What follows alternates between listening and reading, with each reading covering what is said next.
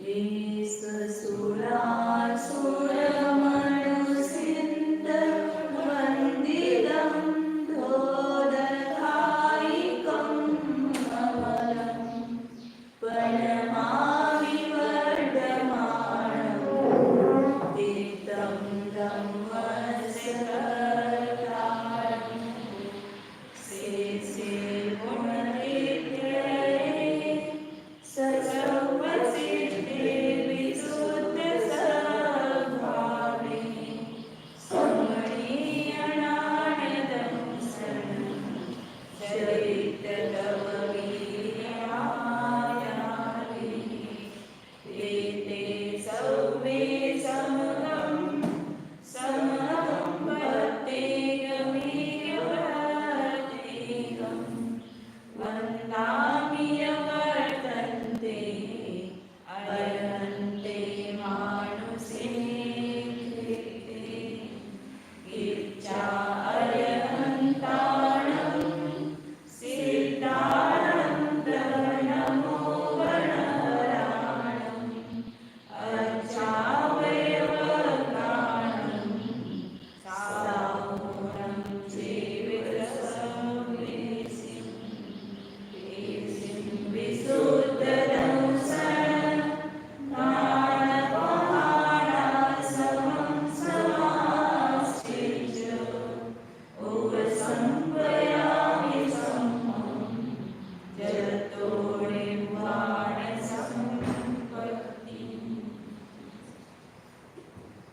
जय बोलो कलिकाल सर्वज्ञ आचार्य कुंद देव की जय बोलो आध्यात्म मूर्ति आचार्य अमृतचंद्र देव की जय बोलो जयसेन आचार्य देव की जय बोलो चारक चक्रवर्ती आचार्य शांति सागर जी महाराज की जय बोलो प्रातः स्मरण गुरुदेव समंत वज्रमुनि महाराज की जय बोलो आचार्य प्रवर एक सुंदर सागर जी महाराज की जय बोलो मम दीक्षा गुरु आचार्य वात्सल्य सिंधु आचार्य सुरेश सागर जी महाराज की जय बोलो परम पूज्य श्री सागर जी महाराज की जय बोलो आदिका अजयमती माता जी की जय बोलो परम पूज्य श्री माता श्री कुंद आचार्य विरचित प्रवचन सार परमागम है। इसमें पहला प्रज्ञातत्व प्रज्ञापन है। उसमें प्रारंभ में आचार्य ने प्रतिज्ञा की है। कौन सी प्रतिज्ञा की है? वो संपयामि संपम। आचार्य ने किया, हमने किया है क्या? जब से अपन चालू किया प्रवचन साथ रोज बोलते वो संपयामि संपम, ऐसा अंदर से भाव हासिल होना चाहिए कि मैं समता भाव को प्राप्त करता हूँ। स्वाध्याय करना है समता भाव के लिए, पूजा करना है समता भाव के लिए, सब बताएगा ना। फिर उसका प्रयोग कौन करेगा? समता भाव के लिए। तो ये सब क्रियाएं करते हुए हमें प्रतिज्ञा करके बैठना चाहिए कि मुझे समता भाव प्राप्त करना है, इसलिए मैं क्रिया कर रही हूँ। तो चल रहा था आत्मा ही चरित्र है। क्यों? क्योंकि परिणाम स्वभाव वाला है। जिस प्रकार के परिणाम करता है उस परिणाम रूप से परिणाम जाता है। तो आत्मा जब शुभ या अशुभ परिणाम रूप से परिणाम करता है तो शुभ और अशुभ हो जाता है। उसी प्रकार जब शुद्ध भाव रूप से परिणाम करता है, राग रहित शुद्ध भाव रूप से परिणाम करता है, तो वह स्वयं शुद्ध होता है। और ये शुद्ध भाव रूप से परिणाम करना ही क्या है? समता भाव है, चारित्र है। इसलिए आत्मा ही चारित्र है, ये सब सिद्ध किया था। तो परिणाम के ऊपर हमारा क्या होना चाहिए? ध्यान होना चाहिए। परिणाम यह हमारे धर्म रूपी धन को प्राप्त करने का साधन है। किस साधन से हम धर्म प्राप्त करेंगे? तो क्रियाओं के माध्यम से नहीं कर सकते। क्रियाओं के माध्यम से उसके लिए आपको बाकी का ये सहायता मिल जाती है, लेकिन प्रत्यक्ष जो धन मिलेगा, धर्म रूपी धन, वो किससे मिलेगा? तो अभिप्राय पूर्वक हमारे परिणाम यदि अच्छे होंगे। अब अभिप्राय बदल करके सब परिणाम बदलना है। अभी अब पढ़ेंगे अपन आगे कि अभिप्राय यदि गलत है और परिणाम कितने भी सुधारने का प्रयास करो तो वो परिणाम का भी कुछ लाभ नहीं होगा। तो परिणाम पहले अपने अभिप्राय को बदल करके यदि हम परिणाम बदलते हैं तो उस परिणाम रूप से हम अपने धर्म की बहुत कमाई कर सकते हैं। धर्म की कमाई करने का ये साधन है धन। जैसे धन को कमाई करना है, धन को प्राप्त करना है, तो ये उद्योग धंधा व्यापार आदि सब उसके साधन है ना। उसी प्रकार धर्म कैसे कमाएंगे हम? जैसे कहा ना कि शुभ अशुभ ज्वाला से झुलसा है मेरा अंतस्तर। हाँ, तो उसमें व्यापार शब्द आया कि शुभ और अशुभ व्यापार में ही यह जीव लगा रहता है, तो उसमें अशुभ का ही व्यापार ज्यादा चलता है, तो अशुभ कमाई ज्यादा होती है, और शुभता उसमें से बहुत कम होता है, और उसमें शुद्ध तो उसका पता ही नहीं है, शुद्ध भाव होता है कि नहीं होता है। तो यदि हम शुभ और शुद्ध में रहे तो ये व्यापार अच्छा है, बहुत धर्म की कमाई होगी। और अशुभ में चले जाएंगे तो हमारा सब लाभ होने की जगह नुकसान ही ज्यादा होने वाला है। तो इसलिए उसमें जैसे नाचार्य ने बहुत अच्छा एक वाक्य लिखा है समय सार में, शुभ शुद्ध शुद्धात्म भावनाया एवं पूर्यते अस्माकं किम पुनः अन्य विकल्प ही। हमें तो इससे ही पूरा हो जाता है दिन, शुभ में रहो या शुद्ध में, उसमें ही हमारा पूरा जीवन चला जाता है। हमें इन अशुभ संकल्प विकल्पों से क्या प्रयोजन है, उससे हमें कुछ भी प्रयोजन नहीं है। तो इसलिए साधुओं को कहा ना कि ऐसी क्रियाओं में रखा है आचार्य ने कि आप थोड़ा भी अशुभ में मत जाओ। अशुभ से बचने के लिए सब क्रियाएं बताई, तो अशुभ से बचने के लिए और शुद्ध में जाने के लिए ये शुभ परिणाम बताए हैं। तो इसलिए परिणाम जैसे करेंगे वैसे हम होंगे, ये हमेशा ध्यान रखना। कल अपन देख रहे थे नव्य गाथा की, अमृतचंद्राचार्य की टीका हो गई थी और जयसेनाचार्य की आधी टीका हुई है। तो उसमें उन्होंने कहा कि व्यवहार धर्म और निश्चय धर्म इन दोनों रूप से परिणमन करना। ये धर्म गृहस्थ की अपेक्षा से शुभ भाव और तपोधन की अपेक्षा से शुभ बताया था और अशुभ बताया था। ये मिथ्यात्व, विरक्ति, प्रमाद, कषाय योग के 5 जो बंध के प्रत्यय हैं उस रूप से परिणमित होना, वो अशुभ योग रूप से परिणमना है, और वह अशुभ उस रूप से जो परिणमता है वह अशुभ है, ऐसा जानना चाहिए। इस हमारे पुस्तक में 14 पृष्ठ पर पहली लाइन है, इसमें आधी लाइन हुई है, निश्चय रत्नत्रयात्मक शुद्धोपयोगेन परिणतः शुद्ध ज्ञातव्यः इति। जो मैं समता भाव को प्राप्त करता ऐसे जो प्रतिज्ञा की है वो यही भाव है। कौन सा? निश्चय रत्नत्रयात्मक शुद्धोपयोग। निश्चय रत्नत्रयात्मक शुद्धोपयोग कहो या इसको चारित्र कहो या इसको समता भाव कहो, सब निर्विकल्प समाधि कहो, सब एक अर्थवाचक है। तो निश्चय रत्नत्रय स्वरूप, निश्चय रत्नत्रय क्या है? पहले भी बताया था कि शुद्ध आत्मा का ही श्रद्धा, शुद्ध आत्मा को ही जानना और शुद्ध आत्मा में ही चारित्र की वीरता रूपरण है। इन तीनों श्रद्धा, ज्ञान, चारित्र का तीनों का एक विषय होना, वो ही क्या है? अभेद रत्नत्रय को या निश्चय रत्नत्रय, और वही शुद्धोपयोग है। उस शुद्धोपयोग रूप से परिणत हुआ जीव शुद्ध है ऐसा जानना चाहिए। किंच जीवस्य असंख्ये लोकमात्र परिणामाः सिद्धान्ते मध्यम प्रतिपत्त्या मिथ्यादृष्टादि 14 गुणस्थान रूपेण कथिताः। जीव के परिणाम कितने हैं सिद्धांत में बताए हुए? असंख्यात लोक प्रमाण, सब जगह आता है ना, असंख्यात लोक प्रमाण से बंधा व्यवसाय स्थान है, असंख्यात लोक प्रमाण बंधा व्यवसाय स्थान है, असंख्यात लोक प्रमाण विशुद्धि स्थान है, असंख्यात लोक प्रमाण लब्धि स्थान, स्वयं लब्धि स्थान है, सब असंख्यात लोक प्रमाण, विशुद्धि स्थान के असंख्यात लोक प्रमाण है, और अशुभ जो संश्लेष रूप स्थान है वो भी असंख्यात लोक प्रमाण। ज्यादा कौन से हैं? असंख्यात में भाग प्रमाण संश्लेष स्थान की अपेक्षा से एक असंख्यात, भले दोनों भी असंख्यात लोक है लेकिन उस असंख्यात का जो प्रमाण है लोक का वो समान नहीं है। संश्लेष परिणाम स्थान समझो कि 1000 है तो ये कितने है? 250 है, 250 से भी कम, ये तो चौथा भाग मैंने कहा असंख्यात भाग है। 5 10 5 10 है ऐसा समझो विशुद्ध परिणाम। जब उसका ये सब गणित देखते ना तो विशुद्धि स्थान बहुत कम है और संश्लेष स्थान बहुत ज्यादा है, इसलिए विशुद्धि स्थानों की दुर्लभता समझ में आती है कि वो विशुद्ध स्थान प्राप्त होना दुर्लभ है, लेकिन वो भी असंख्यात लोक प्रमाण है। तो इसलिए कहा कि जीव के असंख्यात लोक मात्र परिणाम एक जीव अन्य अन्य समय में करता है, एक एक समय में अलग अलग परिणाम करता है, तो क्रम से बहुत सारे असंख्यात लोक मात्र हो जाते हैं। और एक समय में नाना जीवों की अपेक्षा से देखेंगे तो असंख्यात लोक मात्र परिणाम हो जाते हैं। इसलिए किसी को है ना किसी परिणाम स्वभाव में, तो अभी किसी जीव को तीव्र कषाय रूप परिणाम हुआ उसके तीव्र कषाय का उदय होने से, तो उस जीव को मैंने ऊपर से कहा था कि उसी रूप में मत देखो, उस समय हो गया कषाय का उदय आया, उस जीव को कषाय हो गया, अब हमें भी उसको ध्यान नहीं रखना चाहिए और उसको ही लेकर के उसके साथ व्यवहार नहीं करना चाहिए, नहीं तो हमारे परिणाम बिगड़ेंगे।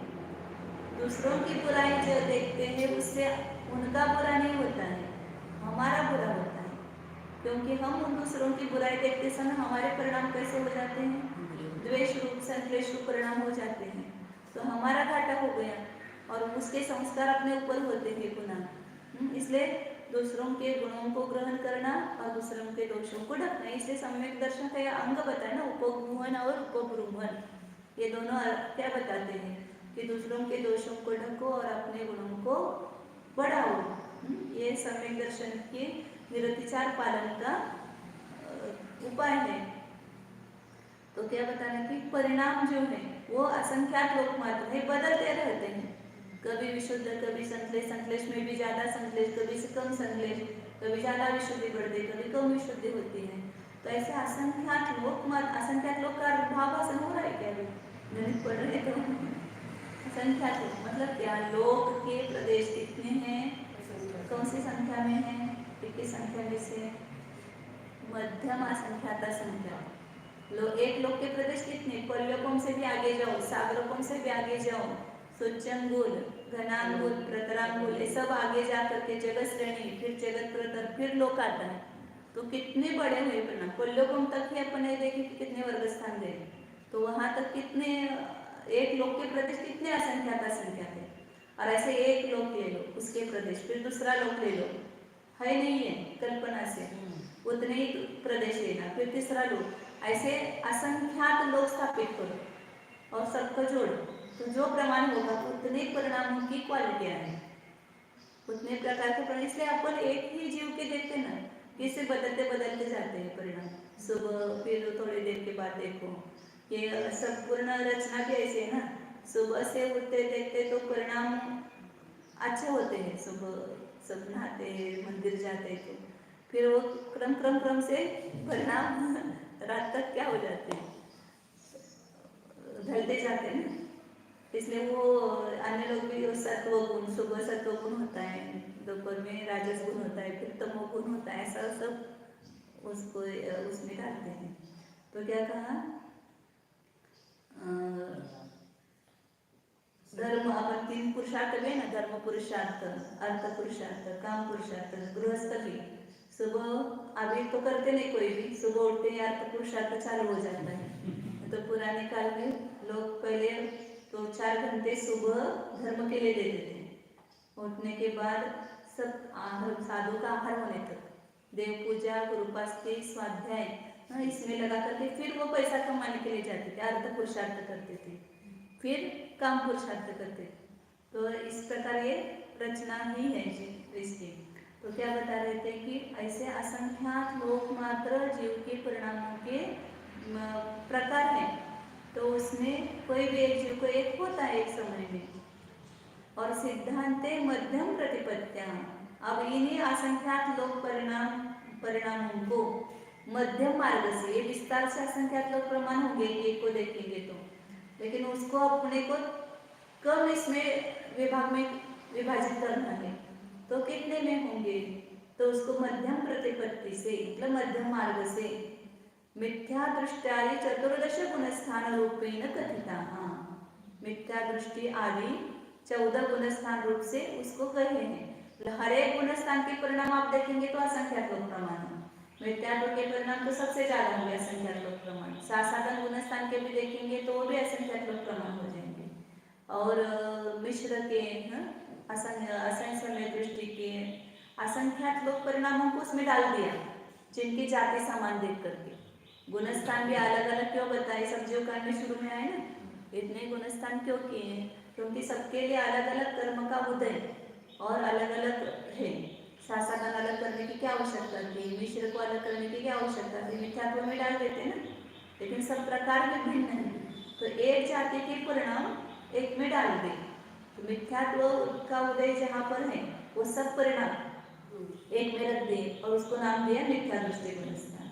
जहाँ पर मिथ्यात्व का तो उदय नहीं लेकिन अनंतानुबंधी का उदय है, ऐसे परिणाम को एकत्रित किया और उसको कह दिया शासक गुणस्थान। केवल अनंतानुबंधी का उदय जहाँ पर है मिथ्यात्व के रहित, और जहाँ पर मिथ्यात्व अनंतानुबंधी भी नहीं है लेकिन सम्यक मिथ्यात्व परिणाम है, तो वह अलग जाति के परिणाम है, इसलिए उसको अलग तीसरा गुणस्थान रखा। फिर कहा कि दर्शन होने का मिथ्यात्व का भी उदय नहीं, सम्यक मिथ्यात्व का भी उदय नहीं है, अनंतानुबंधी का भी उदय नहीं है, और लेकिन संयम भी धारण नहीं किया है, तो उसको क्या कहेंगे? तो ऐसे जो परिणाम की जाते हैं कि जहाँ पर संयम नहीं है लेकिन सम्यक तो है, ऐसे असंयम सम्यक दृष्टि गुणस्थान के जो परिणाम है वो सबको एक में रखा, तो उसको चौथा गुणस्थान था। ऐसे परिणामों की जो जाति है वो एक देख करके उन परिणामों को उन गुणस्थान में गर्भित कर दिया। तो ऐसे कितने बने, उस असंख्यात लोक के ही विभाजन किया, तो वो 14 प्रकार हुए, उसके 14 गुणस्थान को उसको बताया। अत्र प्राभूत शास्त्रे तान्येव गुणस्थानानि संक्षेपेण अशुभ शुभ शुद्धोपयोग रूपेण कथितानि। 14 के बहुत विस्तार होता है, और संक्षेप करो उसका, और उस संक्षेप में डाल दो उसको। तो आचार्य ने फिर उसको 3 में विभाजित किया, 14 गुणस्थानों को ही 3 भाव में विभाजित किया। 3 भाव कौन से? वो शुभ उपयोग, अशुभ उपयोग और शुद्ध, अशुभ उपयोग, शुभ उपयोग और शुद्ध उपयोग, इस रूप से उस 14 गुणस्थान को बताया है प्राभूत शास्त्र में, मतलब आध्यात्म शास्त्र में। कथम इति चेत, कैसे उसको 14 गुणस्थानों को 3 में डाल दिया है, तो बता रहे यहाँ पर मिथ्यात्व सासाधन मिश्र गुणस्थान त्रय तारतम्येन अशुभोपयोग, तदनंतरम असंयत सम्यक दृष्टि देशविरत प्रमत्त संयत गुणस्थान त्रय तारतम्येन शुभोपयोग, तदनंतरम अप्रमत्तादि क्षीण कषायांत गुणस्थान शक्य तारतम्येन शुद्धोपयोग, तदनंतरम सयोगी अयोगी जिन गुणस्थान द्वय शुद्धोपयोग फल इति भावार्थ। अब यहाँ पर पहले ये विवक्षा सब पूरी समझते हैं, फिर उसका और खुलासा करेंगे। तो 14 गुणस्थानों को 3 उपयोग रूप से कैसे डाल दिया? पहले उपयोग, शुभ उपयोग मतलब क्या? उपयोग जो है वो चैतन्य का परिणाम है, मतलब ज्ञान दर्शन, गुण का परिणाम जो है वो उपयोग है, और शुभ एक किसका परिणाम है? तो वो चारित्र का परिणाम है। तो ज्ञान का परिणमन, ज्ञान का परिणमन तो क्या है? कम ज्ञान ज्यादा ज्ञान, कम जानना ज्यादा जानना, इस रूप से उसका परिणमन होता है, मध्य ज्ञान, शुद्ध ज्ञान, अवधि ज्ञान इत्यादि रूप से। तो वो उपयोग रूप चल रहा है, उसमें शुभ अशुभ शुद्धता कैसे आई आ गई? तो यहाँ पर कषाय की जो परिणति चल रही है या चारित्र की जो परिणति चल रही है उसका उसके साथ मिश्रण हो गया, क्योंकि सब गुण एक साथ ही चल रहे हैं ना। तो उस उपयोग के साथ जब शुभ राग वहां पर है तो उस उपयोग को ही क्या कह दिया? शुभ उपयोग कह दिया। उस उपयोग के साथ जब कषाय में अशुभ राग है, द्वेष रूप परिणाम है या मिथ्यात्व परिणाम है, तो उसको ही अशुभ उपयोग में डाल दिया। और जब ये दोनों भी नहीं है उस ज्ञान परिणाम के साथ, शुभ भी अशुभ भी, तो उस परिणाम को, उस उपयोग को शुद्ध उपयोग कह दिया। यह कल बताया था कि जिसका आश्रय जैसा है वैसा उस उपयोग को बताया है। अशुभ के आश्रय से जो उपयोग होता है सब अशुभ उपयोग, शुभ के आश्रय से होता है वह शुभ उपयोग, और शुद्ध आत्मा के आश्रय से होता है वह शुद्ध उपयोग। तीव्र कषाय परिणाम, मंद कषाय परिणाम, निष्कषाय परिणाम। तीव्र कषाय मंद कषाय भी ऐसा मत ले लो, ऐसा सुनने में बहुत आया ना, अशुभ उपयोग मतलब तीव्र कषाय परिणाम और शुभ उपयोग मंद कषाय परिणाम। वो ऐसा शब्दशः नहीं लागू होगा। जिसकी राग में भी तीव्रता हो सकती है, जिसकी भक्ति कर रहा है भगवान, तो राग की तीव्रता है वहां पर, उसको कैसे कहेंगे, क्योंकि वो लेशा में भी दिया है ना कि कषाय के समान ही अंश हो तो 6 प्रकार की लेशा हो सकती है। कषाय मंद है या मध्यम है तो उसी एक कषाय में किसी को कृष्ण लेशा हो सकती है, किसी को मध्यपीत लेशा हो सकती है, किसी को शुक्ल लेशा हो सकती है, किसी को पद्म लेशा भी हो सकती है। कषाय की तीव्रता मंदता एक अलग बात है और ऐसे सामान्य रूप से वो भी कहते हैं कि कषाय की तीव्रता है तो संश्लेष परिणाम है, कषाय की मंदता है तो विशुद्ध परिणाम है, लेकिन यह ही एक व्याख्या नहीं है। बहुत सारे उसमें प्रकार है। 7 आदि प्रशस्त प्रकृतियों के बंध के कारणभूत परिणाम वो विशुद्ध परिणाम और असाताधिक पाप प्रकृतियों के कारणभूत परिणाम व संश्लेष परिणाम, ऐसे संश्लेष विशुद्ध की व्याख्या दी है। या जब कषाय की तीव्रता बढ़ती है तो भी उसको संश्लेष कहते हैं, कषाय की मंदता होती है तो विशुद्ध परिणाम हो ऐसे कहते हैं। लेकिन कषाय की तीव्रता को शुभ और कषाय की मंदता को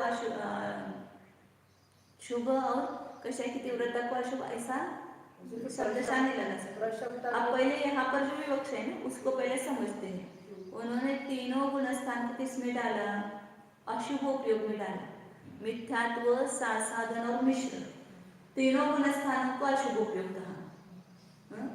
तीनों परिणामों के जो परिणाम है वो अशुभ उपयोग रूप ऐसा कहा। अब पहला मिथ्यात्व गुणस्थान है, कोई कितना ही मंद कषाय शुक्ल परिणाम शुक्ल लेशा वाला है उसके अत्यंत मंद कषाय है, जल रेखा समान है समझो उसके कषाय, तो भी उसको अशुभ उपयोग कहा।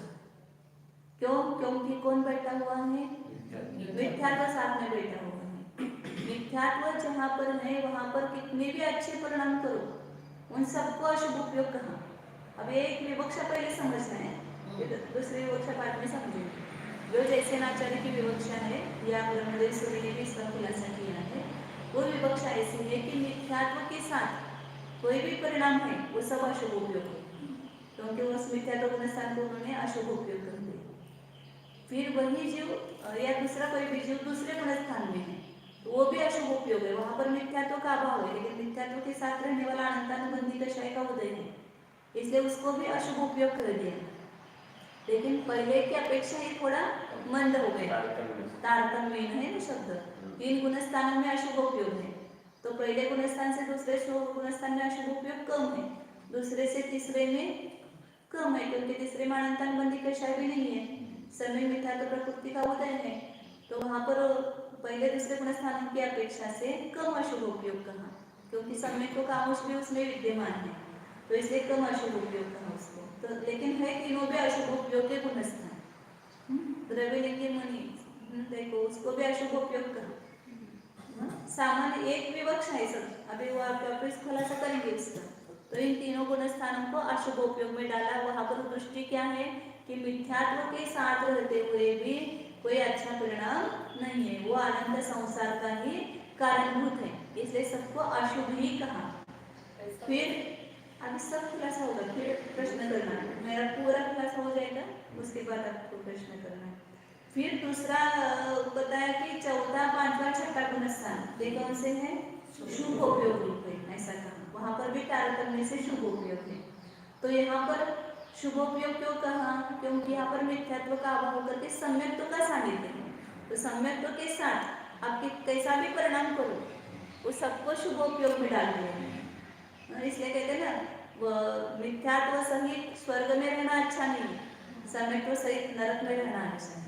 तो सम्यक्त्व का इतना महात्म्य है, तो सम्यक्त्व साथ में है, भले आपके परिणाम संश्लेष रूप हो रहे तो भी उसको शुभ उपयोग में डाल दें। तो चौथे गुणस्थान में शुभ उपयोग की मात्रा कम है, क्योंकि वहां पर असंयम है। फिर पंचम गुणस्थान में शुभ उपयोग और बढ़ता है, क्योंकि वहां पर देश संयम आ जाता है, तो शुभ उपयोग बढ़ता है, देशा भी वहां पर शुभ हो जाती है, तो शुभ उपयोग की मात्रा बढ़ती है, वृद्धि होती है। और छठे गुणस्थान में उससे शुभ उपयोग की वृद्धि, ये तारतम्य, क्योंकि वहां पर पूरा असंयम का अभाव हो गया, संयम सकल संयम, इसलिए उसको बढ़ता हुआ शुभ उपयोग कहा। तो तीनों गुण स्थानों में तारतम्य शुभ उपयोग लिया, क्योंकि तीनों गुण स्थानों में बुद्धिपूर्वक राग भाव है, इसलिए इसको शुभ उपयोग कहा। और फिर सातवें गुण स्थान से आगे शुद्ध उपयोग कहा, कहाँ तक, 12वें गुण स्थान तक। तदंतर अप्रमत्ता आदि क्षीण कषायांत गुणस्थान षष्ठी 6 गुणस्थानों में कौन सा उपयोग है? शुद्धोपयोग है, क्योंकि वहां पर बुद्धिपूर्वक कषाय का अभाव हुआ है, इसलिए उसको शुद्ध उपयोग कहा। और वहां पर भी तारतम्य रूप से 7वें में शुद्धोपयोग कम है, मतलब उसकी क्वांटिटी कम है। फिर आगे आगे 8वें 9वें गुणस्थान में शुद्धोपयोग की वृद्धि होती जाती है, और वास्तव में देखा जाए तो पूर्ण कषाय का अभाव होने पर 11वें और 12वें गुणस्थान में पूर्ण शुद्धोपयोग होता है। और 13वें गुणस्थान में क्या है? तो शुद्धोपयोग का फल है। 13वां गुणस्थान और 14वें गुणस्थान में उनको कोई आत्मा में उपयोग लगाने की जरूरत नहीं, उनका उपयोग शुद्ध ही हो गया। और उसका जो शुद्धोपयोग का फल है, क्या फल है शुद्धोपयोग का फल? पूर्ण कर्म निर्जरा, चारों घाती कर्म का अभाव हो गया और वहां पर अर्यंत अवस्था प्रकट हो गई है, तो उनको शुद्धोपयोग का फल मिल गया। क्योंकि शुद्धोपयोग कर्म किसके लिए है? अर्यंत और सिद्धावस्था प्राप्त करने के लिए। तो यहाँ पर अर्यंत अवस्था प्राप्त हो गई, इसलिए 13वें और 14वें गुणस्थान में संयोगी और आयोगी चिन्ह, इन 2 गुणस्थानों में शुद्धोपयोग का फल बताया। यहाँ पर ये अपेक्षा है जयसेनाचार्य की इसको बताने की। अब ये एक हमारा धर्म कैसा है? अनेकांतात्मक है, साधवाद है, एकांत नहीं कहीं पर भी। तो एक विवक्षा समझना, यहाँ पर मिथ्यात्व के साथ जो है वो सब अशुभ, और मिथ्यात्व का अभाव होने पर वो सबको शुभ कहा है। तो इस विवक्षा से उसको अशुभोपयोग 3 गुणस्थान में, 3 गुणस्थान में शुभोपयोग और आगे शुद्धोपयोग का बुद्धिपूर्वक राग और बुद्धिपूर्वक राग का अभाव, अबुद्धिपूर्वक राग। तो इस अपेक्षा से वहां पर एक गणना की है, लेकिन इसी अपेक्षा से आप सर्वथा मानेंगे तो बहुत सारी आपत्तियां आएगी। ये एक विवक्षा किस अपेक्षा से लिखा है वो समझना। फिर दूसरी विवक्षा जब अपन देखेंगे तो यदि सर्वथा ऐसा मानेंगे तो क्या क्या आपत्तियां आएगी। तो पहले गुणस्थान में, मिथ्यात्व गुणस्थान में यह जीव सम्यक्तु के सन्मुख होता है, तब करण परिणाम करता है। तो 3 करण परिणाम शुभोपयोग है कि अशुभोपयोग है, ये प्रश्न करो। फिर अशुभोपयोग सर्वथा कहेंगे, उसको सर्वथा अशुभोपयोग कहेंगे, तो अशुभोपयोग में से सम्यक दर्शन हो गया, ऐसा मानना पड़ेगा ना वहां पर। तो इसलिए पहले गुणस्थान में भी कथनचित शुभोपयोग है। इस अपेक्षा से वहां पर भी देवशास्त्र गुरु की भक्ति है। द्रव्यलिंगी मुनि इतना उसको भी है श्रद्धा, भले उसको निश्चय श्रद्धा नहीं हुआ है, आत्मश्रद्धा नहीं हुआ, लेकिन देवशास्त्र गुरु पर श्रद्धा करके तो इतना वो चारित्र का कठोर पालन करता है। अब सब जो भी मंदिर जाते हैं, पूजा करते हैं, स्वाध्याय करते हैं, सब निश्चय समय दृष्टि हुए हैं क्या? लेकिन शुभोपयोग है कि नहीं उनका? उस शुभोपयोग का फल उनको स्वर्ग आगे फल बताने वाले हैं, शुभोपयोग, अशुभोपयोग और शुद्धोपयोग का। तो अशुभोपयोग का फल क्या बताएंगे? देव मनुष्य, सुमनुष्यपना और देव, ये उसका फल है। तो यदि पता है पहले गुणस्थान में यदि शुभोपयोग नहीं मानेंगे तो वो द्रव्यलिंगी मुनि नवग्रह में किस वजह से जाएगा, क्या करते हैं? इतने शुभ परिणाम प्रचुर मात्रा में करता है, इसलिए तो वो नवग्रह में जाता है, शुक्ल लेशा है उसकी। तो इसलिए जो विवक्षा उन्होंने कही जयसेनाचार्य, उस विवक्षा से उसको अशुभ ही कहेंगे। लेकिन जब हम इस इधर की अपेक्षा से देखते हैं कि वो परिणाम कैसे उसके उस जीव के, तो देवशास्त्र गुरु के भक्ति रूप परिणाम है, स्वाध्याय रूप परिणाम है, को पालन रूप परिणाम है, तो उसको शुभोपयोग भी कहा है दूसरे जगह। यहाँ आगे जाकर के दूसरे अध्याय में शुभोपयोग अशुभोपयोग की व्याख्या आएगी, तो वहां पर भी आचार्य ने, अमृतचंद्राचार्य ने भी दर्शन होने का उपशम उपशम होने पर ही शुभोपयोग बताया है, शुभोपयोग की व्याख्या करते समय। इसे विवक्षा समझना वहां पर। यहाँ पर मिथ्यात्व का अभाव नहीं हुआ है, लेकिन वो परिणाम सम्यक्त्व की ओर है, सन्मुख है, तो उस परिणाम को भी शुभोपयोग कह दिया जाता है। तो वहां पर उस करण परिणाम को दूसरी भाषा में, जब भाषा में कहते, अध्यात्म भाषा में कहते, तो वो शुभोपयोग रूप परिणाम है। शुद्धात्माभिमुख ऐसा शुभोपयोग रूप परिणाम, ऐसा कहा। फिर उस परिणाम से, इसलिए पहले दूसरे तीसरे गुणस्थान में, पहले गुणस्थान में ले लो, दूसरा और तीसरा तो ऐसा नगण्य है कि काल बहुत कम है, उसमें क्या शुभ परिणाम करता है, शुभ करता है, वहां तो समझ में नहीं आता है कब हो गए। तो पहले गुणस्थान में अपेक्षा पर शुभ उपयोग है। फिर चतुर्थ गुण स्थान में चौथे पांचवें छठे में सर्वथा शुभोपयोगी मानेंगे तो क्या आपत्ति आएगी वहां पर? तो वहां पर भी जो विषय का शारीरिक परिणाम है उसको भी शुभोपयोग मानने का प्रसंग आएगा। फिर अशुभ से बचना और शुभ करना ये रहेगा ही ना, वो भी यदि शुभोपयोग है तो वो विषय कषाय में प्रवृत्ति करो क्या बिगड़ता है? तो लेकिन सम्यक दृष्टि उससे बच करके शुभोपयोग करने के लिए प्रयत्न करता है कि उसको अशुभोपयोग समझता है, तो उस अपेक्षा विषय का शारीरिक परिणाम वहां पर भी है, इसलिए उसको अशुभोपयोग कहते हैं। तो चौथे गुण स्थान में उस अपेक्षा से अशुभोपयोग भी है और वह सम्यक दृष्टि कभी काल अपने तत्व चिंतन आदि के काल में या विषयों से निवृत्ति करके जब सामयिक आदि करता है तो उस काल में उसको भी शुद्धात्मानुभव होता है। उस अपेक्षा से कथनचित शुद्धोपयोग की भी प्राप्ति वहां पर होती है चौथे गुण स्थान, चौथे पांचवें छठे में, लेकिन वह अभी बुद्धिपूर्वक राग विद्यमान है वहां पर। आत्मानुभव के साथ में भी वहां पर वो कषाय की उदय है, तो कषाय का परिणाम भी है, उसको ध्यान में नहीं आ रहा है, लेकिन कषाय का परिणाम साथ में है, इसलिए वहां पर उस शुद्धोपयोग को गौण कर दिया है, जो बहुत कम होता है, कभी कभी होता है, बहुत कम मात्रा में होता है, इसलिए उसको गौण करके वहां पर शुभोपयोग की ही बहुलता कही गई है। चौथे पांचवें छठे पांचवें गुण स्थान में भी जो देश संयमी बनाए तो उसके भी अशुभोपयोग शुभोपयोग शुद्धोपयोग तीनों प्रकार के परिणाम होते हुए भी वहाँ शुद्धोपयोग को गौण करके और अशुभोपयोग को भी सम्यक सहित और संयम सहित, इसलिए उसको भी शुभ में डाल करके सबको शुभ उपयोग कर दिया। लेकिन अपेक्षाकृत देखेंगे तो वहां पर भी तीनों प्रकार के परिणाम पाए जाएंगे। और छठे गुण स्थान में से देखेंगे आगे तो वहां पर छठे गुण स्थान में शुभ उपयोग है और सातवें गुण स्थान से शुद्ध उपयोग है, ऐसा कहते हैं। लेकिन सातवां गुण स्थान में भी सर्वथा निवृत्ति रूप नहीं है। जब प्रवृत्ति रूप होता है तो वहां पर भी शुभ उपयोग रहता है।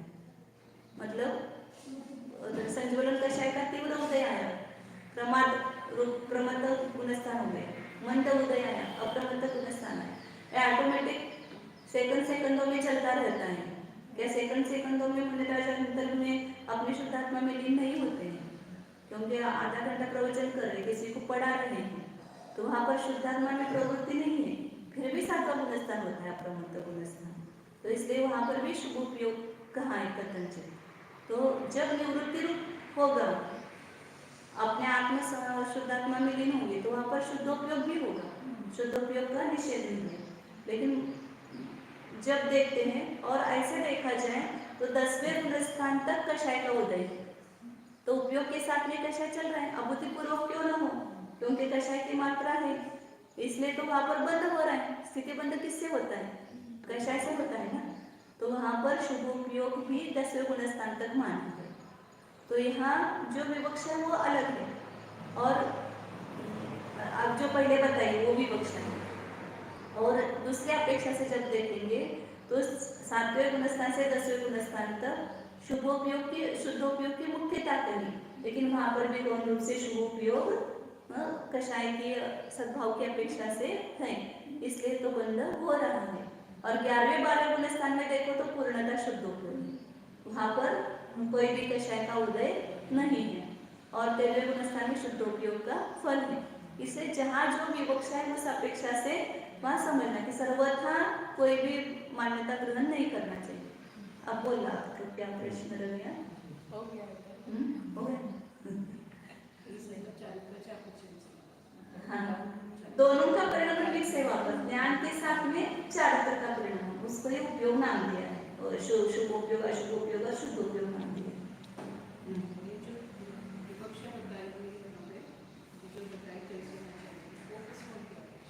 हाँ, वो विवक्षा बताई ना, दर्शन मोह चारित्र दोनों लेंगे ना। गुणस्थान ही मोहने के विवक्षा से बने हैं, जो 14 गुणस्थान किए हैं वो मोह और योग के निमित्त से आत्मा के होने वाले संवेदन ज्ञान चारित्र के जो कर्तव्य परिणाम है उसी को गुणस्थान कहा ना। तो पहले 4 गुणस्थान दर्शन होने की विवक्षा से है, आगे के गुणस्थान चारित्र होने की विवक्षा से है, तो उस मोह के साथ में ही वो जोड़ा है। तो जो मिथ्यात्व के साथ और अनंतानुगतिक आशय के साथ जो परिणाम है वो सबको अशुभ में डालते हैं, और सम्यक्त्व के साथ होने वाले सभी परिणामों को अशुभ शुभ उपयोग करेंगे, वो विवक्षा है। लेकिन जब अपन प्रवृत्ति रूप जब उपयोग देखेंगे तो उस अपेक्षा से वहाँ पर ये उपयोग भी है। जैसे अब चौथे गुणस्थान में भी है वाद विवाद। वाद विवाद में तो अपने को पढ़ना ही नहीं है, और वाद विवाद करने के लिए कुछ भी नहीं, केवल अपने को विवक्षा समझ करके हमें पुरुषार्थ करना है। तो किस तरह से पुरुषार्थ हो सकता है?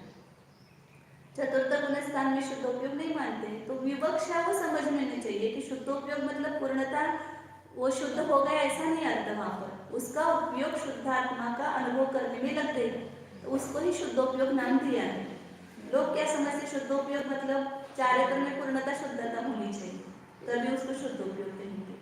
और भी विवक्षा समझो कि वास्तव में देखा जाए तो केवल ज्ञान केवल दर्शन उपयोग को शुद्धोपयोग का है। ज्ञान उपयोग में देखेंगे तो शुद्ध ज्ञान शुद्ध दर्शन कहाँ पर है? 12वें का शुद्धोपयोग का, और 13वें 14वें में शुद्धोपयोग का। वो विवक्षा अलग ही है, वो ज्ञान की प्योर अपेक्षा नहीं।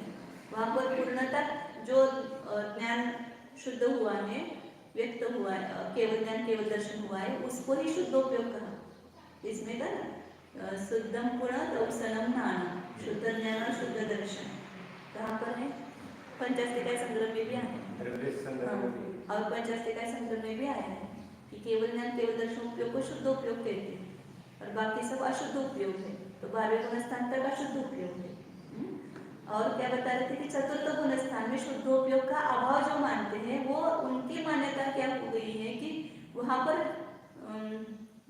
चारित्र में का शुद्धता है, चारित्र है नहीं है, तो उसको शुद्ध कैसे करेंगे? तो शुद्धोपयोग का अर्थ क्या वो लगाना है कि जो शुभ और अशुभ में जो उपयोग नहीं है, शुद्ध आत्मा में जिसका उपयोग है, उसको शुद्ध उपयोग कहा है। तो अपने आत्मा का वेदन कर रहा है, वो शुद्ध आत्मा को जान रहा है, उस अपेक्षा से उसको शुद्ध उपयोग नाम दिया है। तो वो शुद्ध उपयोग वहां पर है। शुद्ध होना तो वो अभी बताएंगे कि 11वें गुणस्थान में ही होगा, जो शारीरिक की अपेक्षा से। तो जैसे आचार्य ने भी जैसे समय साल की तात्पर्य लिखा है, उसकी 341 नंबर की गाथा देखो, या अमृतचंद्राचार्य की अपेक्षा से 320 नंबर की गाथा, उस टीका में उन्होंने स्पष्ट दिया है कि जब भव्यत्व शक्ति की व्यक्ति होती है, तब वहां पर आत्मा का श्रद्धा, ज्ञान और चारित्र रूप परिणाम एक साथ हो जाता है, उसको क्षम सम्यक्त्व की प्राप्ति होती है, सम्यक्त्व की प्राप्ति होती है। तो चतुर्थ गुणस्थान में भी आ गए ना सम्यक्त्व की प्राप्ति, भव्यत्व शक्ति की व्यक्ति चतुर्थ गुणस्थान में भी हो गए, और उसी परिणाम को उन्होंने कहा कि शुद्धात्मा की भावना कहा, और फिर उसको ही उसी समय वही उन्होंने दिया कि ये शुद्धोपयोग रूप है। मतलब एकार्थवाच्य के नाम दिए हैं, अभिरत्नत्रय, शुद्धात्म भावना और शुद्धोपयोग, ऐसे तीनों नाम वहां पर आए। तो जहाँ जो जितनी मात्रा है उतनी मानो, हम नहीं कहते कि वहां पर ऊपर के गुणस्थान जैसे शुद्धोपयोग हो गए या ऊपर के गुणस्थान जैसे शुद्ध हुआ, जैसे ना। और इसमें भी आया है, इसके 80 नंबर की गाथा आएगी। तो सम्यक दर्शन की प्राप्ति होते समय पहले क्या चलता है? 3 करण परिणाम चलते हैं। तो 3 करण परिणाम एक करणानुयोग के माध्यम से हमें कैसे पता चलेंगे कि 3 करण परिणाम चल रहे हैं? तो वो तो केवल गम्य है करण परिणाम, लेकिन हम उस समय क्या करते हैं? पुरुषार्थ क्या चलता है जीव का करण परिणाम करते समय? तो उसका सविकल्प शुद्धात्मा की अभिमुख, ऐसा सविकल्प चिंतन चलता है कि वो आत्म तत्व का विचार कर रहे हैं कि मैं शुद्ध हूँ, बुद्ध हूँ, इस शरीर से भिन्न हूँ, इन सब धर्म से भिन्न हूँ, कर्म के उदय जनित भाव से भिन्न हूँ। इस प्रकार का अपने आत्मा में के सन्मुख उसका वो परिणाम है। तो इसलिए उसको सविकल्प स्वसंवेदन ज्ञान करण परिणाम को आध्यात्मिक भाषा में, और वो शुभ उपयोग परिणाम है। और जब वह सम्यक दर्शन को प्राप्त होता है तो अविकल्प सती, ऐसा वहां पर शब्द दिया है। अविकल्प मतलब विकल्प रहित, जब स्वसंवेदन ज्ञान करता है कि कुछ भी विकल्प वहां नहीं, मैं शुद्ध हूँ, बुद्ध हूँ ऐसा, लेकिन मैं एक शुद्ध चैतन्य स्वरूप आत्मा हूँ ऐसा स्वीकार करके उस रूप हो जाता है, अनुभव करता है उस रूप, तो वह निर्विकल्प क्षण है, वही उस समय दर्शन मोह का क्षय हो जाता है। दर्शन मोह का क्षय मतलब आप उपशम की अपेक्षा से ले लो, जब क्षय होगा तो क्षय होगा, वो 3 करण परिणाम है। तो इस प्रकार ये विधि बताई है। तो इसी विधि से भी ये पता चलता है कि शुद्धात्मा अनुभव चौथे गुणस्थान में होता है, चौथे पांचवें गुणस्थान में, क्योंकि उसके बिना जब तक हम अपने आत्मा को परद्रव्य से भिन्न एक शुद्ध चैतन्य रूप से स्वीकार नहीं करेंगे, शुद्धात्मा को ही उपादेय है, ऐसी रुचि कब आएगी? जब उसको ये लगेगा कि मैं शुद्ध आत्मा हूँ, मुझ में ऐसे इसी मनुष्य पर्याय में ये शुद्ध आत्मा विराजमान है, ऐसा भान जब उसको होता है अपने आत्मा को, तभी सम्यक दर्शन की उत्पत्ति होती है।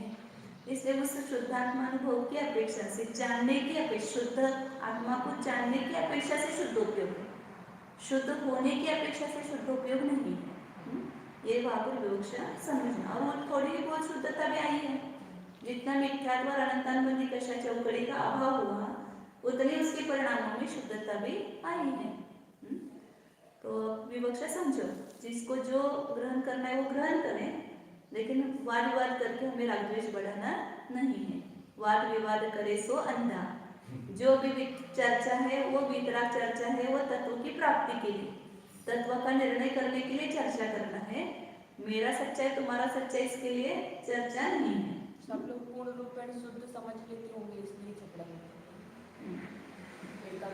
चल कोई उसी अवस्था में अपने को सिद्ध समान शुद्ध मान ले तो वो उसकी अभी गलत अभिप्राय है, लेकिन शुद्ध आत्मा को वो शक्ति रूप से जान रहा है और सिद्ध समान होने की शक्ति इसमें है। मैं अभी सिद्ध समान नहीं हूँ, लेकिन सिद्धों का जो स्वरूप है द्रव्यातीत की अपेक्षा मेरा स्वरूप है, और जब यह व्यक्त होगा तब वो पर्यातीत से सिद्ध बन जाएगा। आगे चलते हैं। तो ये परिणाम स्वभाव है ऐसा कहा था पिछली गाथा में, ही परिणाम स्वभाव कहा था ना, तो उसी का खुलासा करने के लिए आगे 10 नंबर की गाथा में वस्तु का स्वभाव वो परिणाम स्वभाव होना प्रकट कर रहे हैं। अर्थ परिणाम वस्तु स्वभावत्वेन निश्चिन्ति। अब परिणाम को वस्तु स्वभाव रूप से निश्चित करते हैं आचार्य। मैंने परिणाम ये वस्तु का स्वभाव है, परिणाम के बिना वस्तु नहीं है, ये यहाँ पर निश्चित करते हैं। नत्ति विना परिणामम्, अर्थोऽर्थं विनेह परिणामो,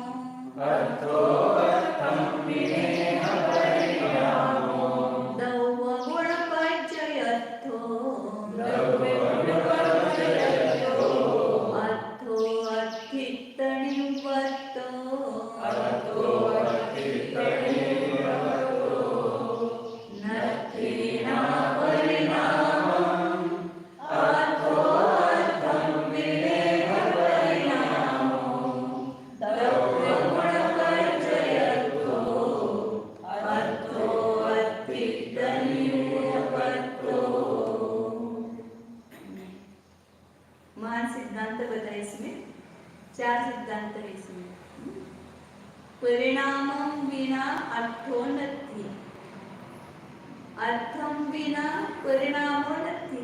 ये हमने इस श्लोक में दो हुए।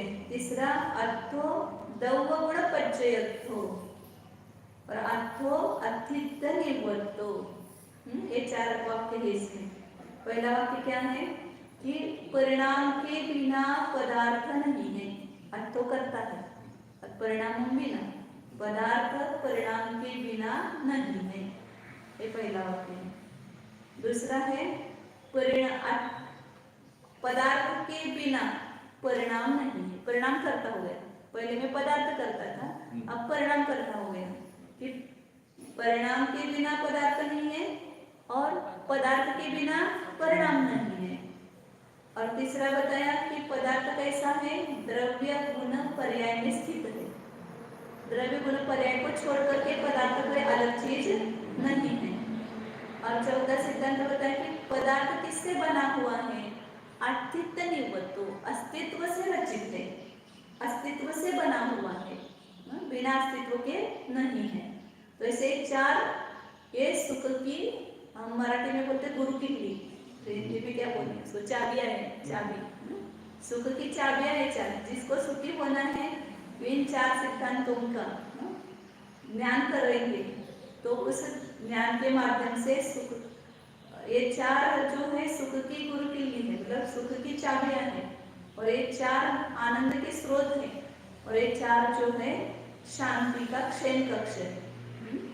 तो जब यह जीव इन चार सिद्धांतों को जान करके सुख का दरवाजा खोलेगा तो आनंद के स्रोत में बहेगा, उसमें लीन हो जाएगा, तो वो शांति के क्षय कक्ष में विश्राम करेगा। तो इसलिए इनको समझना बहुत आवश्यक है, और इससे अपने को जीवन में बहुत लाभ होने वाला है।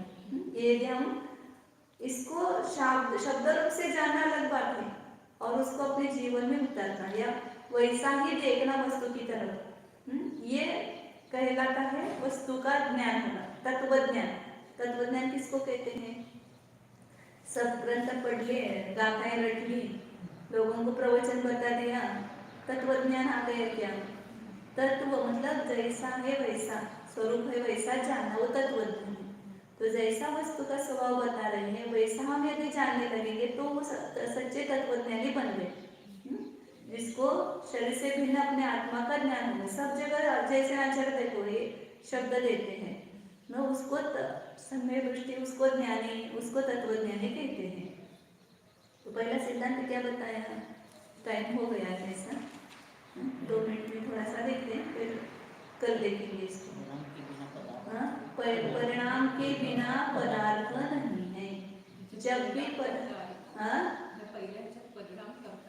पदार्थ अर्थ करता हो गया, परिणाम में द्वितीय विभक्ति है ना, परिणाम बिना, बिना के लिए द्वितीय विभक्ति की आवश्यकता होती है। तो पदार्थ परिणाम के बिना नहीं है। तो जब भी पदार्थ होगा किसी न किसी परिणाम में ही आपको मिलेगा, बिना परिणाम के पदार्थ मिलेगा ही नहीं कहीं पर भी। आपको क्या चाहिए? सोना चाहिए। आप गए सोनार की दुकान में, जवाहर की दुकान में, और आपने कहा कि हमको सोना चाहिए, लेकिन हमको बोलेगा सोना चाहिए तो आपको क्या चाहिए? कुंडल चाहिए, अंगूठी चाहिए, या चेन चाहिए, या आपको बिस्किट चाहिए, या कुछ कॉइन होता है ना, नाना सिक्का, वो चाहिए, क्या चाहिए? लेकिन हमको कुछ नहीं चाहिए, सोना चाहिए। हमको ना कुंडल चाहिए, अंगूठी चाहिए, ना चेन चाहिए, ना बिस्किट चाहिए, हमको खाली सोना दे दो। अब मैं तुमको सोना कैसे देंगे? सोना जब भी मिलेगा किसी न किसी आभूषण में, किसी न किसी आकार में मिलेगा, किसी न किसी रूप में मिलेगा ना आपको। बिना पर्याय के आपको सोना देंगे कैसे?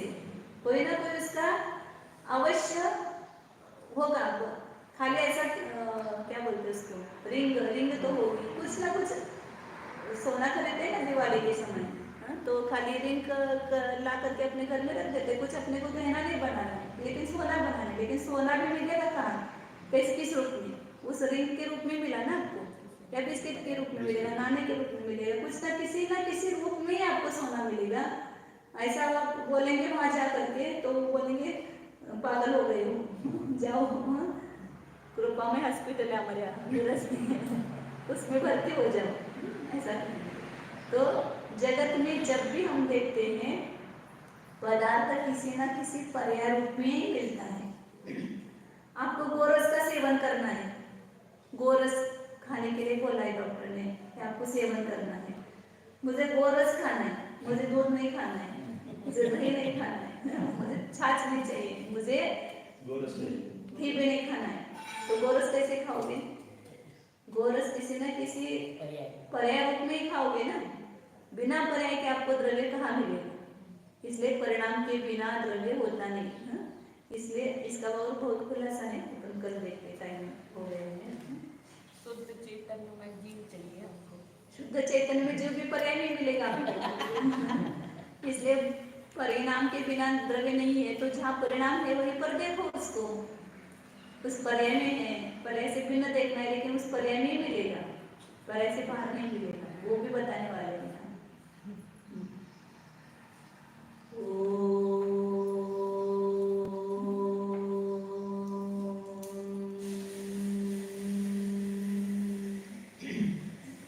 जाने यह मैं शुद्ध चैतन्य हूँ, जीव ही हूँ।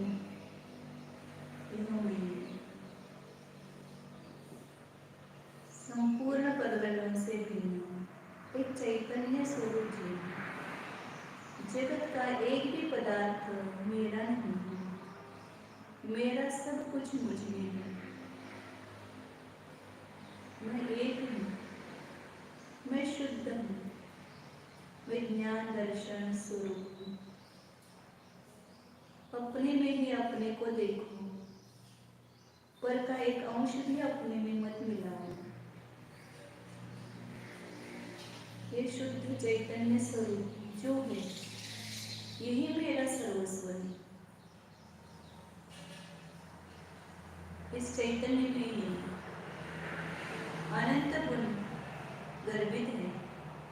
ऐसे अनंत गुणों का अखंड पिंड एक स्वरूप आत्मा में है।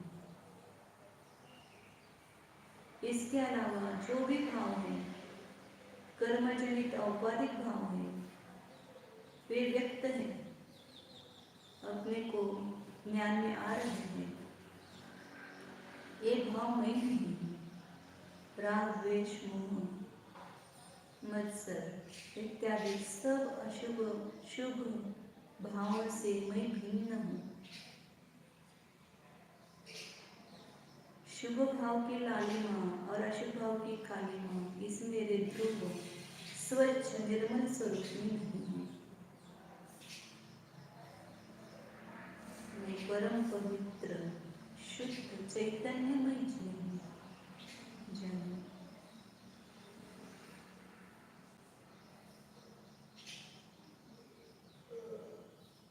पर्याय में होते हुए भी पर्याय के साथ मैं नित्य तादात्म्य रूप नहीं हूँ। अनंत पर्यायों में रहता आया, पर्याय नष्ट हुई लेकिन मैं नष्ट नहीं हूँ। इसलिए पर्याय से भी भिन्न अपने को एक ध्रुव रूप से देखिए। अनंत शरीरों में यह मैं एकत्व स्वरूप ही रहा। शरीर बदला, मैं नहीं बदला। अनेक कमरों में दीपक की भांति, अनेक शरीरों में ये जीव एक ही है, अलग अलग नहीं है। शरीर से भिन्न, कर्म से भी भिन्न, मैं एकत्व स्वरूप हूँ। अबद्ध स्पृष्ट हूँ, असंयुक्त हूँ, अविशेष हूँ।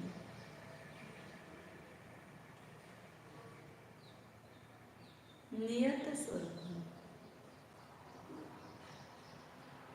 शुद्ध चैतन्य सत्ता स्वरूप ज्ञानानंद स्वरूप एकत्व विभक्त स्वरूप शुद्ध एको